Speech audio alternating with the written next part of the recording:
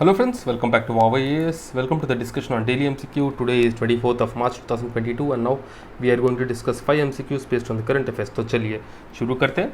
But before we begin, a small information. The PDF of the discussion will be available in our Telegram channel. The Telegram channel details are there in the description. You can go and download it from there. Now let's look at the first question. Consider the following statements regarding Minamata Convention. So Minamata Convention, the first statement, controlling the anthropogenic release of mercury through its life cycle is one of the key obligations under the Minamata Convention. Second, India is party to the convention but not yet ratified the convention. You have to choose the correct option, A1 only, B2 only, C both 1 and 2, and D neither 1 nor 2.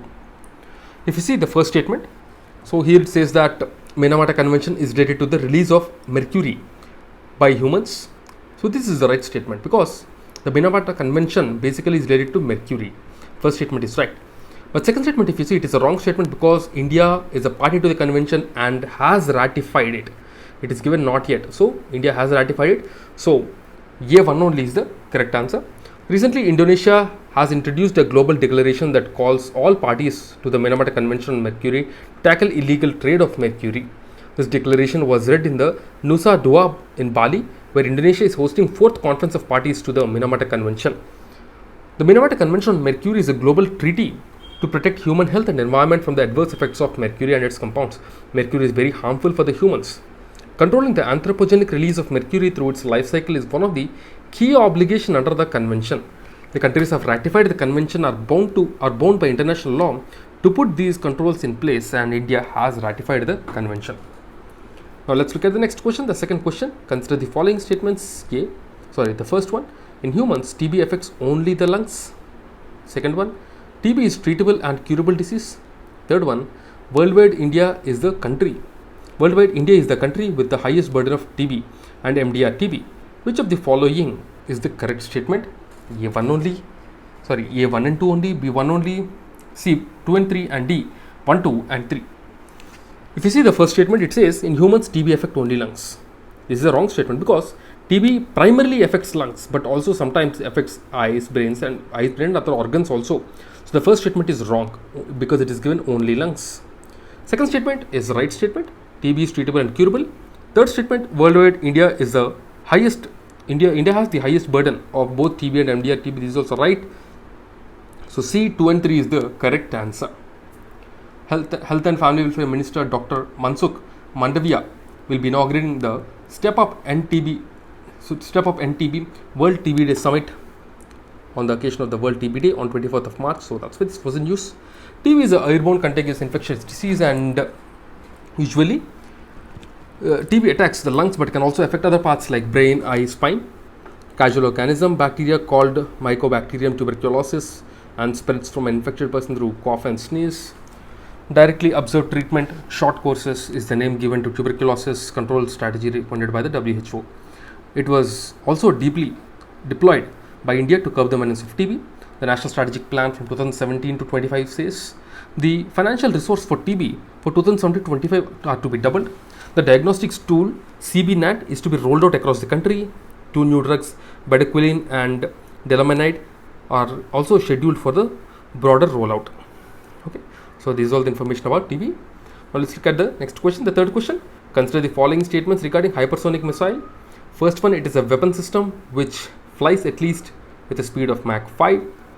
Second one, unlike ballistic missiles, hypersonic missiles do not follow the ballistic trajectory and can be maneuvered to the intended target. Which of the following are correct statements? The correct statements are both 1 and 2. Recently, Russia used a hypersonic missile for the first time in the ongoing conflict with Ukraine. So that's why this was news. A hypersonic missile is a missile which travels with at least Mach 5 speed. That means 5 times the speed of sound and is maneuverable. The hypersonic missile is a weapon system that travels at great speed, and it sets apart from the ballistic missile as the latter follows a set course or a ballistic trajectory. Unlike the ballistic missiles, the hypersonic missiles do not follow this ballistic trajectory and can be maneuvered to the intended target. There are 2 types of hypersonic weapon systems: hypersonic glide vehicles and hypersonic cruise vehicles. The hypersonic glide vehicles are launched from a rocket before gliding into the intended target, while the hypersonic cruise missiles is powered by air-breathing high-speed engines or scramjet after acquiring their target. Hypersonic missiles can challenge detection and defend due to their speed, maneuverability, and low altitude of flight. The ground-based radars or terrestrial radars cannot detect these hypersonic missiles until late in the flight of the weapon. So this is all the information about these hypersonic missiles.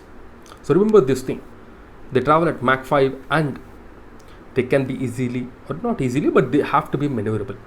That is the basic thing. Now let's look at the fourth question. First one Chhattisgarh, Madhya Pradesh, third one Maharashtra, and fourth one Odisha.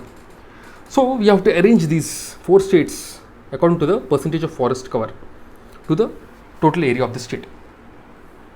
Okay, so the ascending order, that means least to highest, right? So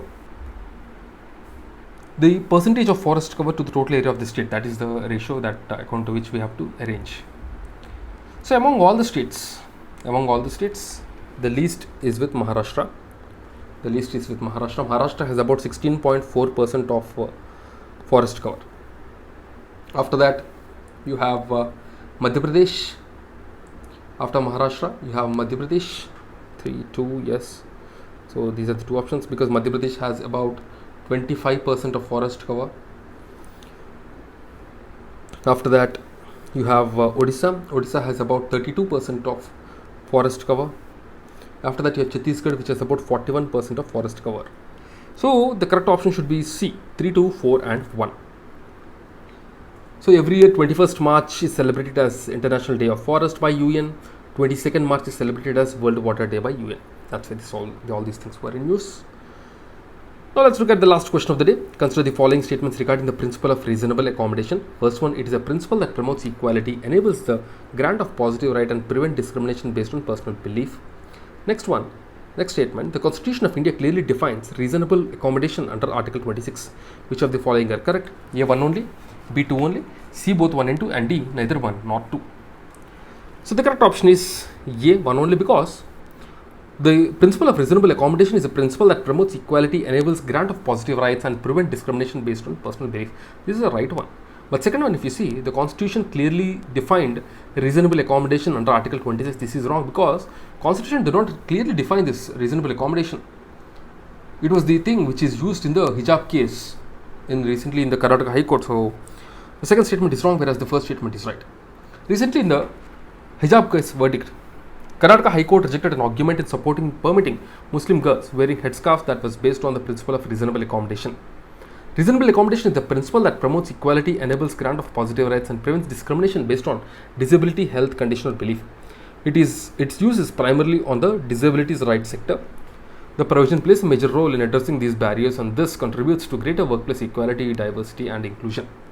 In the same case, the Karnataka High Court said that the hijab is not an essential religious practice. So that is the reason. That is one of the main reasons that the Karnataka High Court has upheld the rule which is made by the education institutions. So recently, the Supreme Court elaborated on this concept, basically in the Vikas Kumar versus UPSC in 2021, and this was the case in which the court allowed the use of scribe in UPSC examination for the candidate with dysgraphia or the writer's cramp. It said the failure to provide reasonable accommodation amounts to discrimination. That's just positive discrimination, and this is basically available to the people with disabilities. Right? So these are the 5 questions of the day. Now before I leave a small information, we are providing Vision Prelims Test Series Summary, Vision Monthly Magazine, and Vision Mains Test Series Summary. You can subscribe to these summaries by visiting our Telegram channel. The Telegram channel details are there in the description. You can download it from there. If you have any queries, you can get back to us via Telegram as well.